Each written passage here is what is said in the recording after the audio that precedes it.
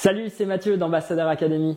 Je ne sais pas si tu le sais, mais ton examen du brevet d'initiation aéronautique arrive à grands pas. C'est le jeudi 30 mai 2024, de 14h à 16h30 pour l'épreuve obligatoire et de 16h30 à 17h pour l'épreuve optionnelle supplémentaire en anglais. Au programme donc, il y aura la météorologie et l'aérologie, l'aérodynamique, l'aérostatique et la dynamique du vol, l'étude des aéronefs et des engins spatiaux, la navigation, la réglementation et la sécurité des vols, et enfin l'histoire et la culture de l'aéronautique et du spatial. Sans compter bien sûr l'épreuve facultative d'anglais de 30 minutes. Dans chacun des modules, vous aurez 20 questions. Ils sont donc chacun coefficientés 1 point et l'ensemble de votre note sera évalué sur 100 par rapport aux 5 modules obligatoires. Pour ce qui est de la note d'anglais, seuls les points au-dessus de la moyenne compteront en supplément de votre note sur 100. Prenons un exemple. Si sur les 5 modules obligatoires, vous avez obtenu la note de 48 sur 100,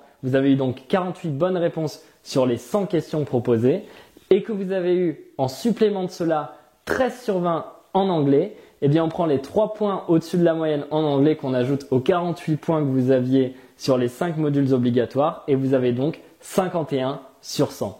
La bonne nouvelle dans cet exemple, c'est qu'il faut avoir au moins 50 points sur 100 pour obtenir votre examen national du BIA. Donc félicitations à notre élève dans cet exemple qui vient avec 51 points sur 100 d'obtenir son BIA. Pour ce qui est des équipements que nous vous recommandons d'apporter le jour J, prenez une gomme, un crayon à papier, un stylo noir. Vous pouvez également prendre un rapporteur et une règle s'il y a des angles ou des distances à mesurer.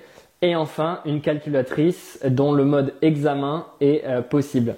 À noter que la plupart du temps, la calculatrice n'est pas nécessaire, mais quand bien même elle le serait, eh bien prenez une calculatrice avec le mode examen disponible. Le BIA, vous le savez, ce sont des QCM et cette année, la grille de notation a un petit peu changé. En effet, cette année, le dispositif de correction est automatisé et il implique quelques consignes supplémentaires que je vais vous expliquer aujourd'hui. Il faudra d'abord remplir soigneusement et en majuscule le cadre d'identification qui se situe en haut de la feuille. À cette feuille, vous n'ajouterez aucune agrafe ni aucun collage car elle sera scannée automatiquement par un dispositif. Un autre point capital, n'utilisez pas de blanc correcteur. Il faudra remplir les cases de façon soigneuse avec un stylo foncé en faisant des croix ou des V et sans déborder de la case. Si vous venez par exemple à raturer une case, le dispositif comprendra que vous avez sélectionné cette bonne réponse. Veuillez noter également qu'une seule bonne réponse n'est possible